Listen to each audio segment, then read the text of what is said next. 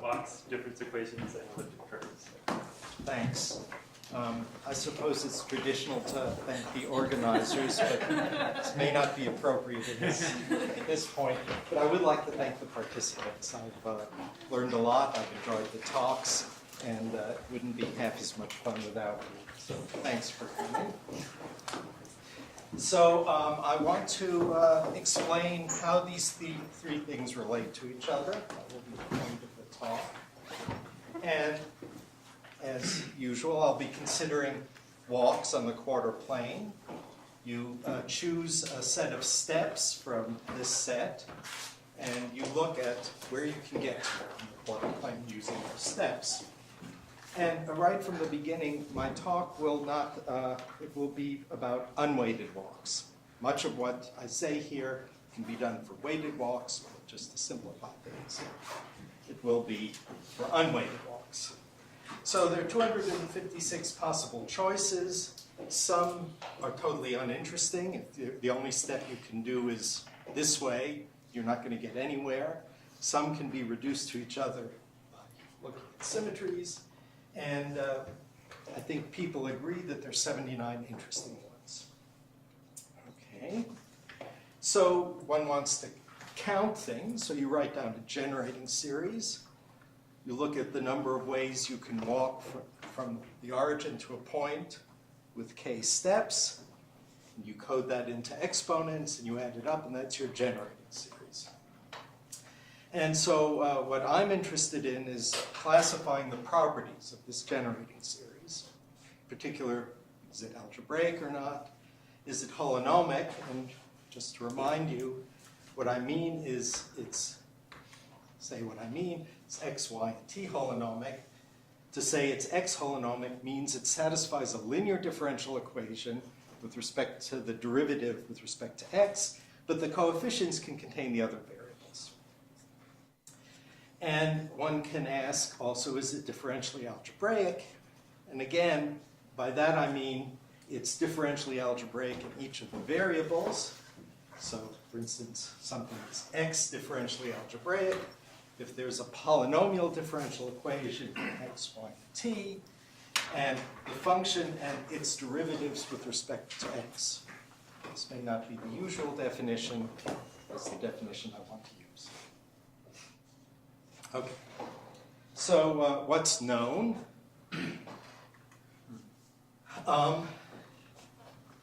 Various people have associated to a set of steps two objects. One is an algebraic curve. The curve can have genus 1 or 0. And the other is a group, which can be finite or infinite. And I'll define these things later. But for now, let's just say this has been done. And one looks at the walks according to which of these things happen. So for the 79 interesting walks, 23 of them have finite groups. And in that case, the generating series is either algebraic or holonomic. I mean, if it's algebraic, it's automatically holonomic, but this is a stronger statement. And various people have contributed to this, and I'm sure I've left out somebody who's sitting here, so I'm sorry, but let me know. And for the other 56 walks, we know they're not holonomic. And again, various people have contributed to that. There are 5 walks that have genus 0, and 51 of these walks have genus 1. So I'm not going to say anything more about the cases when the group is finite. I don't really have anything to say today about that. And I'll focus on the case when the group is infinite. And one can ask the question, well, these things don't satisfy linear differential equations. What about nonlinear differential equations? If people have questions, please stop me. Will you define precisely what groups you're interested in? The infinite groups. No, but the way you get it. I'll define what the group is. Yes, I'll define what the curve is, and I'll define. But just I just want to state the results, and then I'll explain what they mean. Okay, so here are the 51 walks where the group is infinite and the genus is 1. And they're red ones and blue ones. So with my co-authors, we show that if you look at this generating function, set y equal to 0, fix t to be a transcendental number, so it's now a function of x, it's not differentially algebraic. And the same thing is true when you do it with respect to y, and these are for the blue walks. And there are 9 exceptional cases where you play this game again, and they are differentially algebraic. But still, nonetheless, still not holonomic. So they don't satisfy linear differential equations, but there's some nonlinear equation that they satisfy. Okay? And in particular, this number 1 gives a new proof that these generating functions are not holonomic. I mean, it's much stronger. And the case number 2, this was already known to Bernardi and Bousquet-Milou and Curie and Rochelle, and they show much more. They have a much better description of these functions, and they discuss what happens with respect to t, and it's a much finer result. Nonetheless, we can get something along those lines with our techniques. Okay, so these are the 51 walks as an infinite group, which I haven't described yet, and the curve, which I also haven't described yet, has genus 1. So, and it turns out that this number 1 is still true for weighted cases, and there's recent, I mean really recent, in the last, I've seen the paper in the last few days, paper by Thomas and Kivia. Okay, so in the genus 0 case, there are these 5 walks, and one gets here, I want to fix t to be real. It's just, I believe it's true when it's complex 2, but the proof works when it's real, but not algebraic. These things are not differentially algebraic. And again, so it implies that things are not holonomic, so we give a new proof of that. And this we treat in the weighted cases as well. Okay. So the rest of the talk, I want to define what the curve is, what the group is, say a few things about walks. And then I want to say something about each of these 3 cases. The cases of infinite group, genus 1, when things are not differentially algebraic, when they are, and say a little bit about the last case as well. So let's go back. You've seen this before, but let me remind you. You have this generating series. You code up the step size in this Laurent polynomial. It has positive and negative exponents, 0, 1, or minus 1. Then there's this kernel of the walk, and this comes about because of this functional equation. When you write this out, this now becomes a polynomial in x and y. It's linear in t. It's at most quadratic, degree 2 in each variable, okay? Because this was 0, minus 1, 0, or 1, so I'm clearing that out. So it's a polynomial that's biquadratic.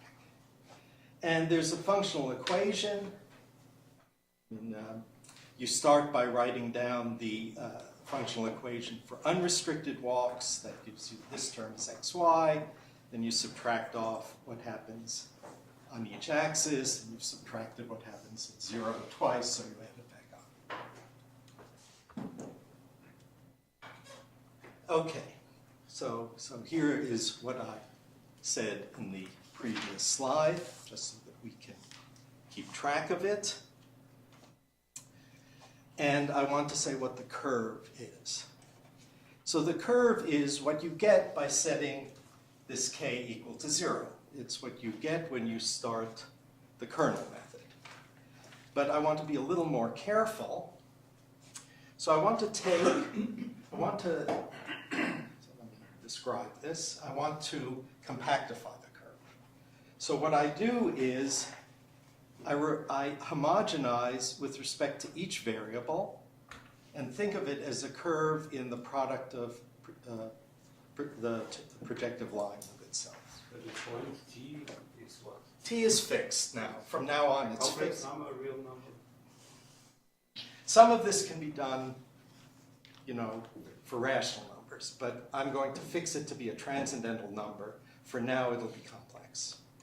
So, or think of it as a variable, which is what I will do. But, a transcendental element. So this is the curve.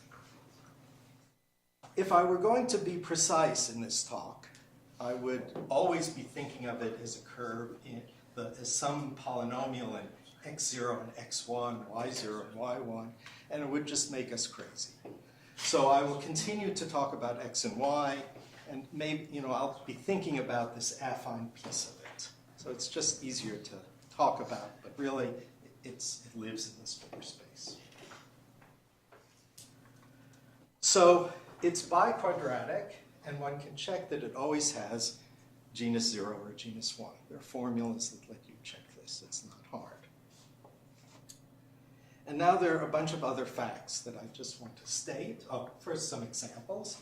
You can write it down. So here's what it looks like. And as I said before, I'm cheating. This is the affine piece. It's not the projective piece. Genus 1, genus 0. And I think I'm going to be using this example a lot. So you don't have to remember it. I'll remind you. Okay, so what's the group of the walk? So we have this curve. It's biquadratic. So it's quadratic in each variable. So schematically, it looks like an oval, let's say. And one can do the following game. So I pick a point on this oval, and I fix the x value. Now, since this is quadratic in y, there's another value of y that satisfies that equation for the same x. So I can take this point, fix the x, y, and send it to the point with the same x, but the new y. And you can write down a formula that does that. I can play the same game with respect to y. Take a point, fix y, it's quadratic in x, send it to the other value of x. Okay? And when you do this, these are involutions. When you do it again, you go back. And I don't know if this bothers you, but it could happen that there isn't another distinct value of y. That's not a problem. Just keep it. Keep the same value. And you can compose these. So I take x, y, go up and across. And that gives me an automorphism of the curve. And I could, if I desperately needed to, write down the formula for this by just composing this. And what I'd like to emphasize is that this is a rational function in the variables x and y, which I could compute if I needed to. So here are some facts. First, I should define the group. So you take these two elements of order 2, and you look at the group they generate. It contains sigma, and it turns out that the group is infinite if and only if this sigma is infinite. This group looks like a dihedral group, if you think about it for a second. Dihedral groups, well, one can show this. What does it mean that sigma is infinite? Infinite order, I'm sorry, infinite order. And now, number 2, I want to stop and say a few more words. So the curve is an elliptic curve. it's something that could be brought by a suitable transformation, can be brought into some form like this, where this cubic has no repeated roots after making some change of variables. And in this talk, as much as possible, I would like to deal with it like this. But there's another way of dealing with elliptic curves, and that is one can think of the plane, and there's a lattice in the plane, let's say generated by these two vectors, and there's a way of mapping the plane onto points in this curve. You may have seen this. There's a Weierstrass P function. And these are periodic, multiply periodic meromorphic functions. And this maps this plane onto this curve, which schematically looks like a donut. So if you identify these edges, you get this donut. And whatever you say here, you can lift it and say here. Whatever you say here, sort of, you can push down here. Okay? But the point that I want to emphasize is that we will try as much as possible to work down here. And the reason for that is this is algebra and this is analysis. And algebra I can compute things with. Not that you can't compute up there, but I can't. Okay, so now I'm going to say when the genus is 1, this funny automorphism I claim is addition. Now what do I mean? You can take any 2 points here and add them. So take this and this, and you add them. You get a point here.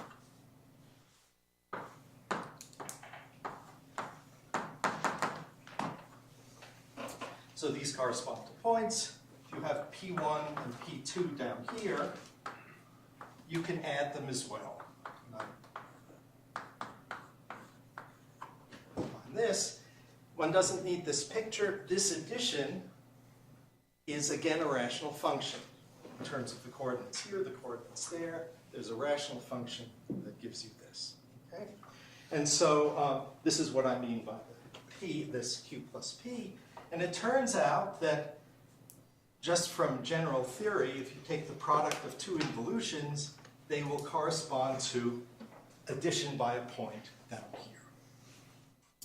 And so this is an infinite, has infinite order, if and only if the P is not torsion, if and only if the P has infinite order.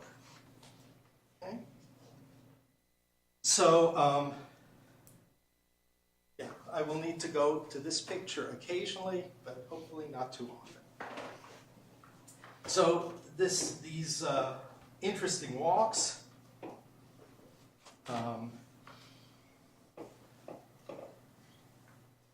let's see. We know that the group is infinite for 56 of the walks. 5 of them have genus 0 and 51 have genus 1. And this was classified by Mireille and Marnie. Their wonderful paper. Oh, really? It's quite nice. Okay. So now, I defined the curve. That's this kernel, where the kernel is 0. The group is the group generated by this geometric process. And now I'm ready to talk about differential transcendence. So to warm up, I want to ask the question, how does one show something is differentially transcendent? How does one show that something doesn't satisfy a differential equation? And for this, I'm going to outline this for the gamma function. So you start with a function that is given by this integral. So at first, this integral, when you look at it first, you think, well, it makes sense for real values of x, maybe x positive. Then you can say, well, gee, I could probably put in some complex values. and you certainly can. A little bit of analysis shows that you can extend this to a meromorphic function on the plane, and it satisfies this functional equation. Now, just again for convenience, rather than showing that the gamma function satisfies no differential equation, it's a little more convenient to look at this logarithmic derivative. And the functional equation here turns into this very simple first-order difference equation. So my goal is to show that this function is not differentially algebraic, and it's equivalent to the same statement for the gamma function. So I have this function, which lives in the field of meromorphic functions. I can differentiate it, and I can apply the shift to it. And at this point, I need no more analysis. That's all that I need. Now, Charlotte described the Galois theory and what the Galois theory does. She particularly looked at these kinds of equations and what happens with respect to differentiation. And from the Galois theory, we can conclude that if this is differentially algebraic, then there's a linear differential equation, has complex numbers as coefficients, such that when you plug in 1 over x, the result is the difference of a rational function and its shift.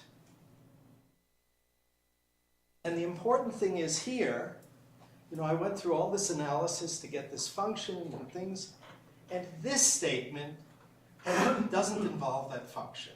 It just involves this 1 over x and rational functions. So I've reduced the question to some a question about a highly complicated function to a question about rational functions. Can I find a linear differential equation such that when I plug this in, it looks like this? Yeah, it always depends on it. No. In fact, they are complex numbers. Did I say that? Yes, I think I did. Complex numbers. So now one needs a computation. Well, in this case, it's not hard.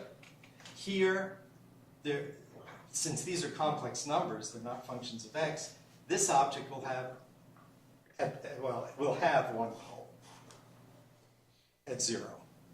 Well, infinity too, but just let's worry about no, 0 to infinity. It has one pole at 0. On the other hand, if you think about this for a little bit, and I won't reproduce Charlotte's proof, this function, h has to have a pole, and the rightmost pole of h and the leftmost pole of h of x plus 1 can never cancel. So there are two poles on this side, whoops, 2 poles on this side, only 1 pole on this side, so it came down. Okay. Analysis to set it up, Galois theory to get a criteria, and computation to check the criteria. So, because this is so important, I'm going to say it again.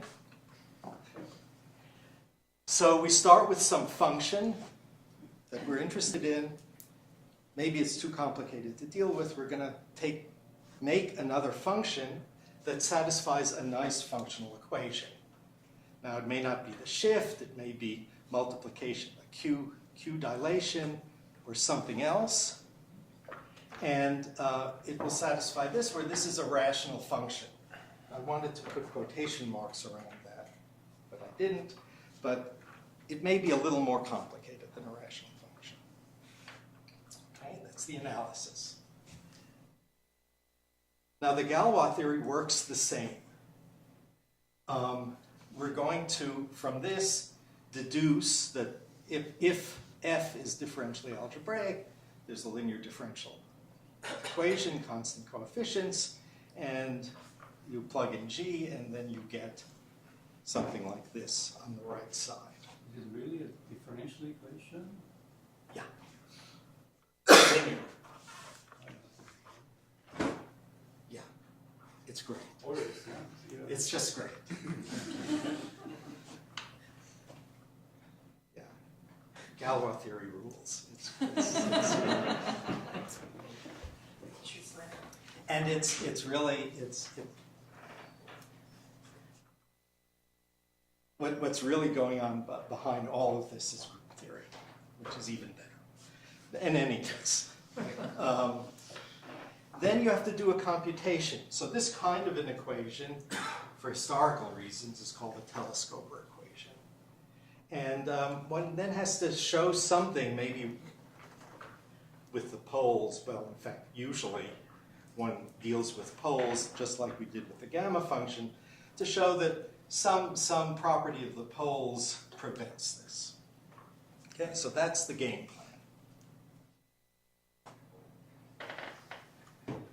So now I'm going to look at what I promised to look at, the walks with infinite group and genus 1.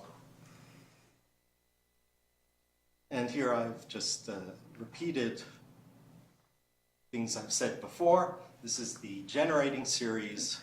The small type is the functional equation. The curve is this kernel equaling 0, compactified.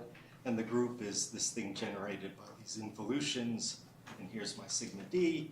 And it, in the back, although this is a rational function, it really comes from addition by a point. And in fact, the fact that I know it comes from addition by a point is very useful. I don't really need to know that point. So now I want to use some analysis to get this related function that I want to deal with. And luckily this has been done for us in this paper of Kirkover and Rochelle. They note that this series converges for small values of x and y. Okay. And then if I set one of the variables equal to 0, remember t is fixed, and well, I multiply by this kernel, the equation with y equal to 0, I can analytically continue this to a multi-valued function on my torus. And of course, what one does is, what they do is they go up here and they show that it can be analytically continued on the plane. So it starts, let's say, here is a little bit, continue it, and then using the properties of this involution and this shift thing, they can analytically continue it. And I haven't done justice to the argument. It's a very subtle argument and very pretty. So you can either say you have some functions up here, but I like to say I have multi-valued functions, meromorphic multi-valued functions on the torus. And furthermore,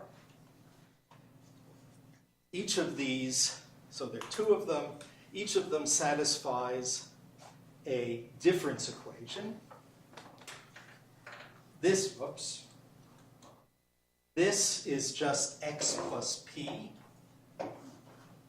So it's just like before, f of x plus something minus f of x is something. But the somethings are different. Okay? And now this g, it's actually a rational function in x and y, but you have to remember that x and y are related by this equation. Okay? So what we say is it belongs to the function field of the curve. So I don't want to go into this very much, but think of this object as a rational expression in variables x and y, that the variables are not independent. They are given by a dependence relation. So this is the analysis that I need for now. I'll need a little more later. For now, this is enough. And now I want to go to the algebra. Okay, so far so good.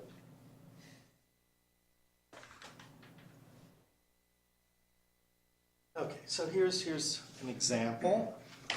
I've decided to focus on, so this is what you get when you take the generating function, set x equal to 0, t is fixed, and you see what happens as y, as a function of y. That's what 2 is. So F2 was what you got by analytically continuing this on the curve. And I'm just doing that because I have the computations. So I'm going to focus on this function. Okay? So here is this functional equation. This is my associated function. Remember, in the gamma function, I looked at the logarithmic derivative. Here, I'm looking at this F2, and it's not hard to show that it satisfies this kind of a relation. Here's my g. It's a rational function in x and y, but the x and y are related by this equation. And now I need some more facts. So this automorphism of this curve, you can think of it as acting on the function. You take a function and you look at x plus a point. There's something more. So here we could do addition, but up here we also had a derivation, ddz, and the addition and taking derivatives commute. Take a derivative and then add point, they commute. There is a derivation down here that you can write it down very easily. For this curve, if I look at y d dx, this will be a derivation that commutes with this. Okay. So if I think about the collection of functions down here, this function field, I have this operation that is an automorphism of the field of functions, and I have a derivation on this field of functions. In fact, I don't need to know much about it. And now this analytic continuation, this f upper 2d, is differentially algebraic, if and only if this is y differentially algebraic. One can show that. Yes? Is it difficult to find Delta? always that? If you have it in this form. Yeah. And, yeah. Where does the if part come from? Excuse me? So this equivalence, where does the if part come from? The if part comes from the fact that if you have a differentially algebraic function and you compose it with a differentially algebraic, if you start with a differentially algebraic function, compose it with a differentially algebraic function, it's differentially algebraic. Composition do we do? I don't know. I mean, I do know, but if I start writing down formulas, we'll all get lost. Okay? So later I'll show you. Okay? Yeah, more important, I will get lost. Okay, so now we're at the point where we should apply Galois theory. So we have a derivation, we have this thing that looks like a shift, and I have to decide whether or not this, my g here, whether or not there exists a linear differential equation in some perhaps bizarre derivative, but with constant coefficients, whether or not there exists such an equation so that when you plug in g, you get some kind of a shift equation here for some h, which also is some rational function in x and y. Okay, so it's just like, it looks the same, it's the same formula, but the symbols are a little different. The t is the right-hand side of this relation. Yeah. So again, this really makes me crazy. Again, we've started worrying about, well, we've started worrying about this Q. We've now shifted our concerns to this F, which has this nice equation. And the Galois theory says all we have to worry about is this. Is that okay? And this delta is the same as delta t. Yeah, except it isn't. Ah. Because my curve doesn't look like this. Okay? It is the same except that it isn't. Okay? So how does one decide whether a telescoper exists? So we've reduced this question to seeing when telescopers exist. And again, I want to start with a slightly easier case before I start worrying about elliptic curves. So the easier case is just rational functions. So I look at rational functions, the usual shift, usual derivation, and I may have started with an equation something like this, but I have my G, and I want to know, is there a linear constant coefficient differential equation? So when I apply it to G, I get the difference of a function and its shift. And criteria have been known for a long time. I'm going to describe the criteria in a way that Saus Chen and I like to think about it. So I need a definition. So this may take a couple of minutes. If you have a meromorphic function or rational function, g of x, and you have some point, you can expand it 0 plus a1 x minus a, sorry.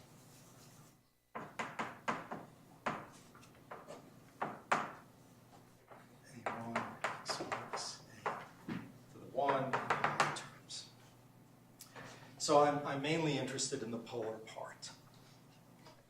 So what I do is I look at the poles of G, and I can divide them into, I want to gather poles when they differ by an integer. So I take a pole, I add 1, I add 2, I add 3, I subtract 1, I subtract 2, I subtract 3, and among those I want to see which are again poles. Okay?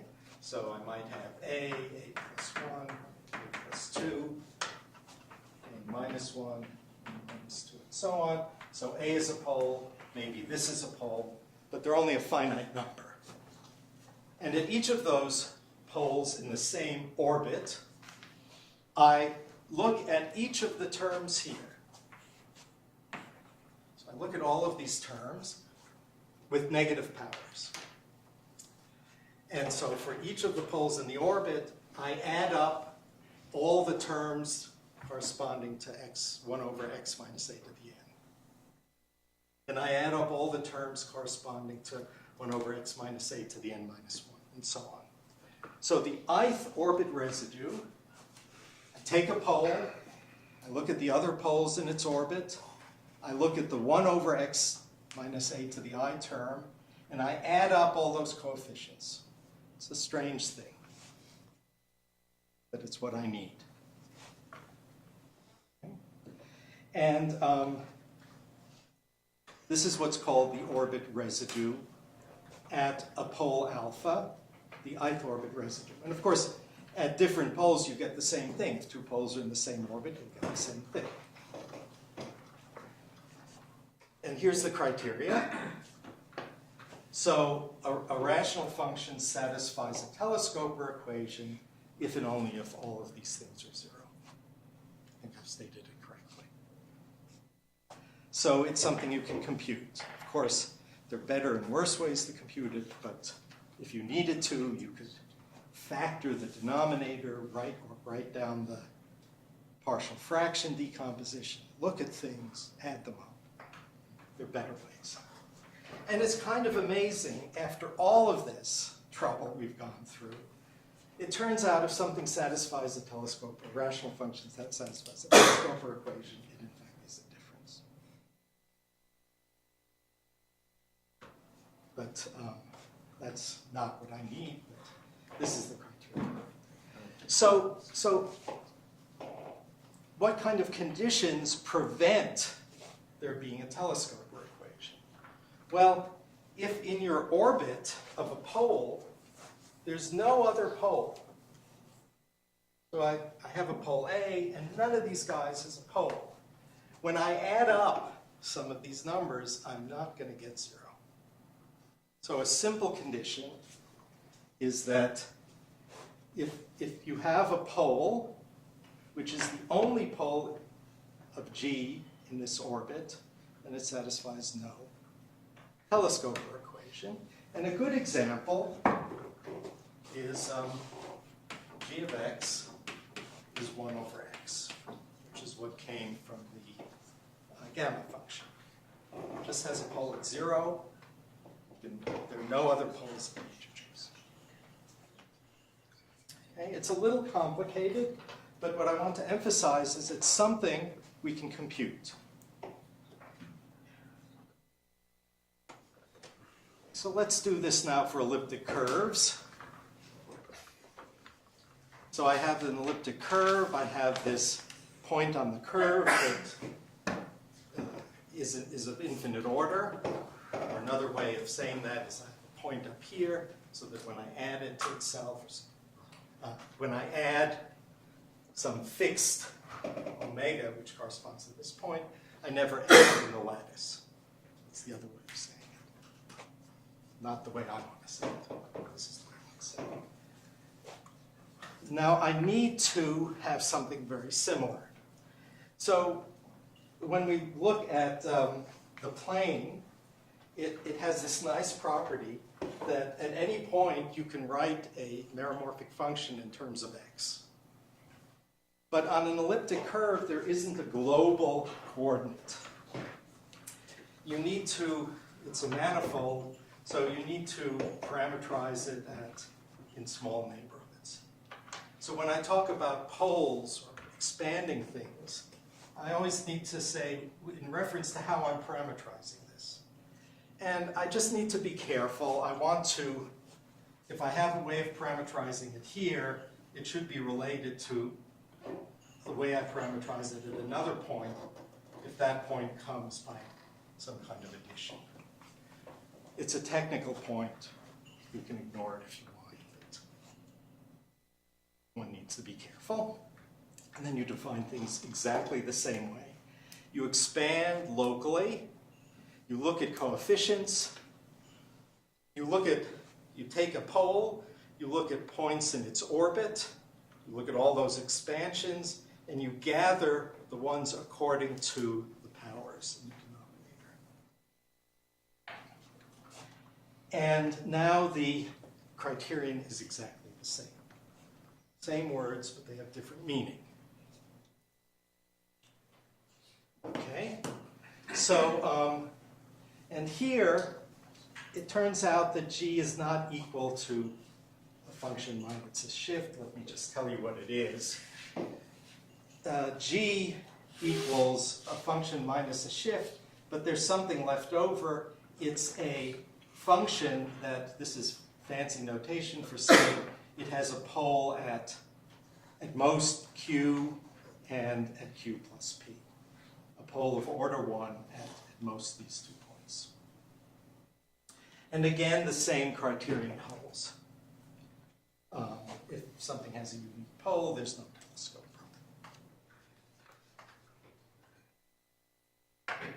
problem. So let me give an example. So now I'm going to prove that the generating function for this walk is not differentially algebraic. So the path of our reasoning is if this thing were if Q were differentially algebraic, this whole thing would be. This is just some rational function. That's differentially algebraic. This function that we got by analytic continuation would be differentially algebraic. And the Galois theory then implies that this would satisfy a telescoper equation, some derivation. Now, I don't even care about the derivation. All I care about is calculating poles here. And this is where the fun begins, because it's not so simple. I will give an example where, luckily, it was simple. It took us a while to realize that. So the poles of this rational function, remember x and y are related by this equation. There are 8 possible poles here. Infinity, well, I think you can guess what it means. It's when you replace x by 1 over t, and bad, 1 over z, and z is 0. And notice that there is an algebraic number in here, I, the square root of -1. And one can, when you have I, you can play with it. Always send I to -I.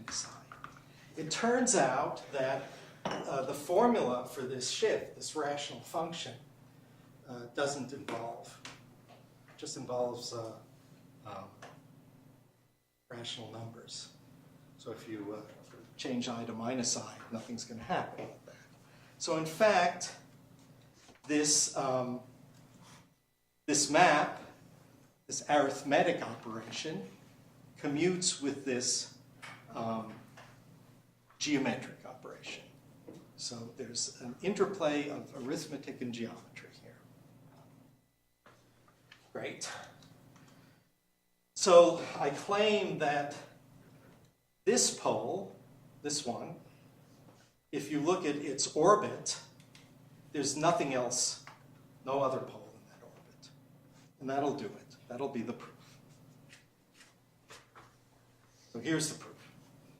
Computation. So assume I'm going to just show for that these 2 points are not in the same orbit, that this guy and this guy aren't in the same orbit. The others are done in a similar way.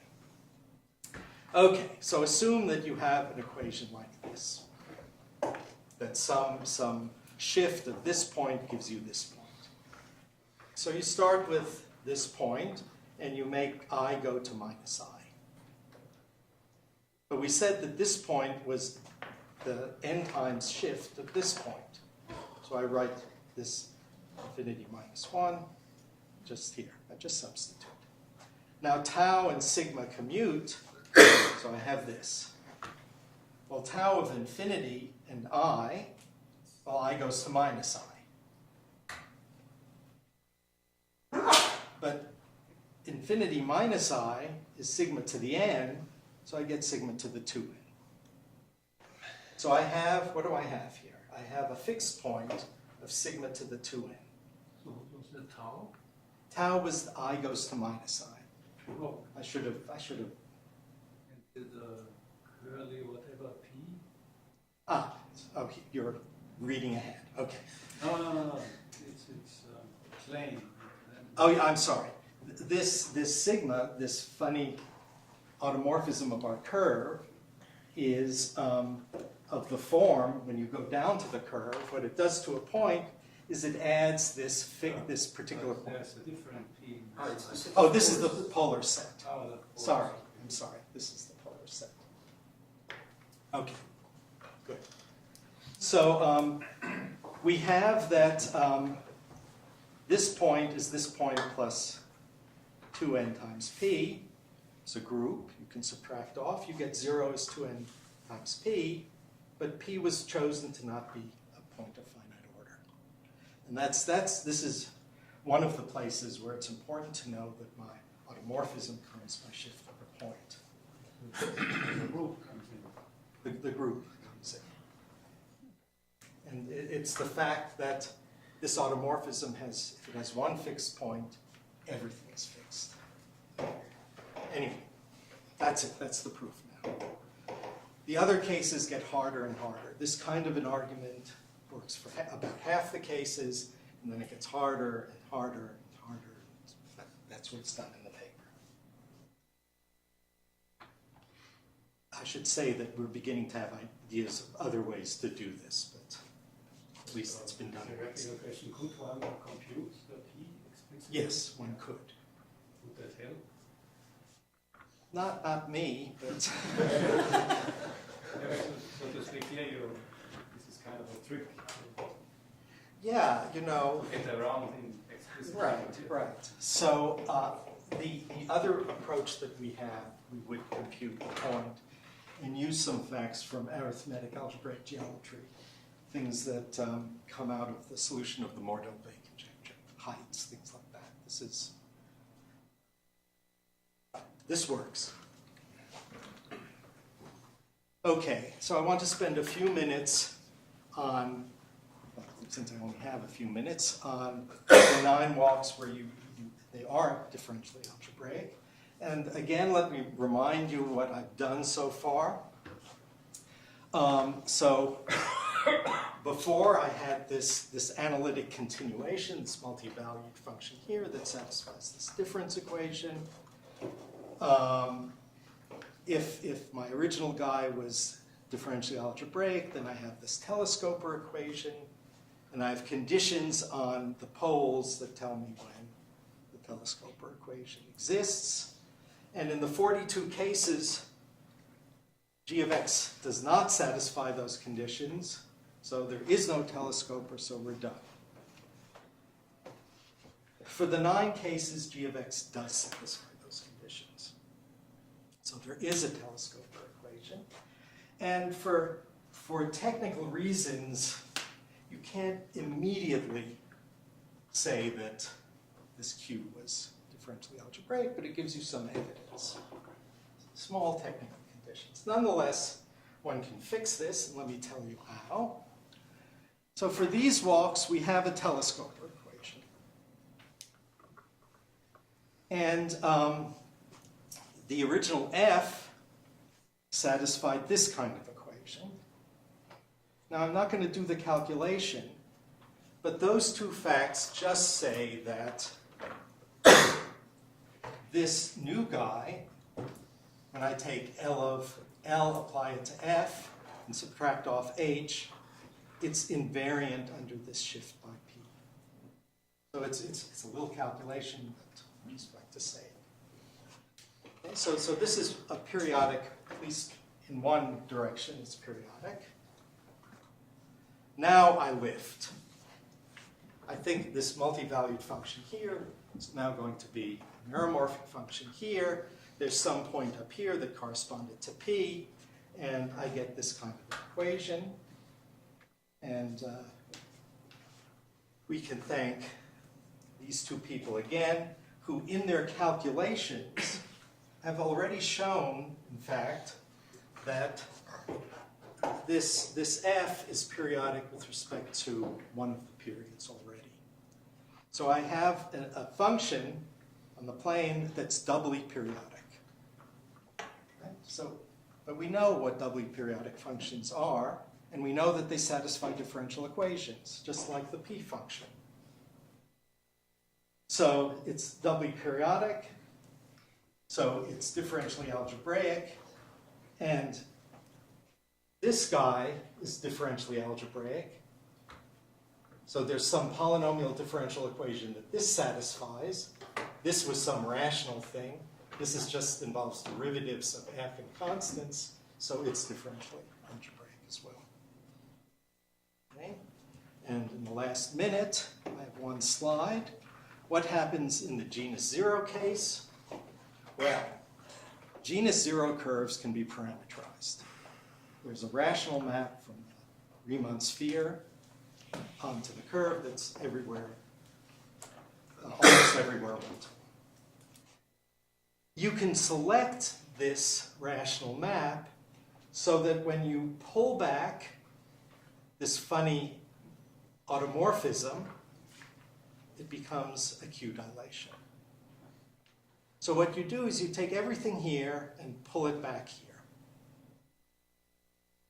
You start with this function, which lived in some little open set here. You pull it back here. You continue it, analytically continue it. Now you get a new function on the plane that satisfies a Q differential equation. This is differentially algebraic if and only if this guy is. And you play the same game. There's some Q telescoper that G satisfies, and there are conditions on poles that give it to you. It's the same game, but you're playing with new toys. And I'm not doing this justice. In order to make this work, you have to work. I mean, it's not, there are new ideas you need, but the philosophy is the same. Okay. So these things are all contained in these two papers. One is on the archive. The paper concerning the genus zero case is almost ready to be on the archive. It soon will be. And so you can find the details here. Let me just say, people have asked me where they can find information about this differential Galois theory, and since I'm shameless, I will tell you. There's a nice collection of articles that came out of lectures that Charlotte and I and Jacques Saulois gave in Santa Marta, Colombia, a few years ago. We polished these lectures into 3 small articles, and one of them is a very gentle introduction into the Galois theory. This is a very nice exposition of a more general Galois theory that can be used to prove differential transcendence of many kinds of functions. And then there's a really nice article by Jacques on Galoisian and analytic properties of Q difference equations. So thanks for listening.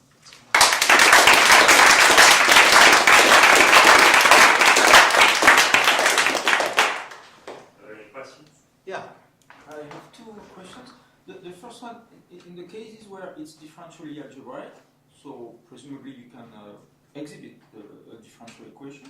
Do you see any combinatorial meaning in this? Oh, I see no combinatorial meaning in any of this. So let me say that the Killian and his co-authors, their method gives you a differential equation. They have much more explicit things.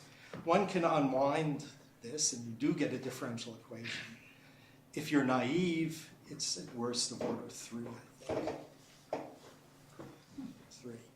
I'm sure you can decrease it, though. But I don't, and we didn't write down the equation. At some point, we've had enough. So, but it's something we plan to do. And this new paper of Killian, I have to admit I haven't studied it yet, but it would be nice to see what the relation is. I had another one. What in this whole approach breaks down when you try to differentiate with respect to t? Because that's what we're interested in doing, right? Everything. Differentiating with respect to t doesn't commute with the addition, as far as I can tell. We've checked that. One needs to be a little careful. But boy, there's a big machinery about differentiating with respect to t. One thinks of this as a family of elliptic curves, and we know what happens to the periods when you differentiate with respect to t and things like that. It would be nice to use that machinery, which is our plan. If you want to work on it, let us know. Okay. There was another question? Maybe Serge has a few questions. Okay. So what can you say if x equals 1 or y equals 1? And what happens also if you try to tackle some larger jumps? Is there a similar theory which is already ready for us of higher elliptic curves? Okay, so the answer to question 1 is nothing. And the answer to question 2 is higher. So let's say you increase the step size by 1. I think presumably you get something of genus 2, let's say. This is a hyperelliptic curve then. There's no group law. So once you go beyond G-1, there are no group laws on curves. There are topological obstructions. So this game doesn't work. You know, whenever I say so-and-so doesn't work, I get nervous, but it doesn't work in an obvious way. But let's try Andrew. Sorry, because I have one drum to beat. What happens if you think much of this stuff would go through with the more complicated boundary conditions? Boundary conditions. So the stickiness that I described in my talk. Because I've only got one tool to plug, only one drum to beat. So. Yeah, me too. So. Certainly the original functional equation just becomes a little bit uglier. Yeah, so this works as long as I have some kind of linear recurrence, the way we're doing it. There is a Galois theory of nonlinear difference equations. It doesn't apply to all equations, at least the algebraic theory. There's, in fact, some analytic theories which tend to be hard to compute with, but one could try. But this is what I know, so this is what I do. Yeah. So I found your talk fascinating. Oh, that's. But no. No, I was wondering, these telescopers, do they have any relevance from talking to you in the non-cohomological dimension 1 case in terms of how they're essentially Gauss-Monine connections. Uh-huh. A cohomological dimension. Yeah, so that's kind of a question about Galois theory where things are defined. Uh-huh. Here, it's not an issue because we know everything is defined in the most trivial way. Uh-huh.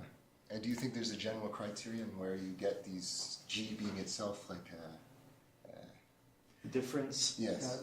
L of G being a difference? I mean, is there a general one for function fields or something like this? I mean, I think it's an interesting question. Yeah, there is. Oh, okay, I'll ask you. We can talk. And then, can you see it as sort of like a Hilbert theorem 90 as well? Yes, and in fact, in the finite group case, the approach is through Hilbert theorem 90. It's exactly the approach that I know, at least. Yes? Just small remark. You told already that if you take a larger step sets, then you have a higher genus. I'm not an expert on that, but I think there is another lift into some Jacobian manifold. Yeah, so group structure, and this might also work if you take higher dimensional case, so right. that you go to manifolds. So there's a way of embedding a curve into a multidimensional torus. The problem is the curve has dimension 1, and you're living there, and the function lives on that curve. So you go to the multidimensional torus, you now have to spread the function out in some way that it would become meromorphic there. Because the curve itself is not invariant under addition in this torus. So this is something I've begun to think of, I would like to think about further. Right now I'm stuck, that's all. But it's a good idea. That would be the idea. I think we'd better save any other questions for the coffee break. Thank you. Let's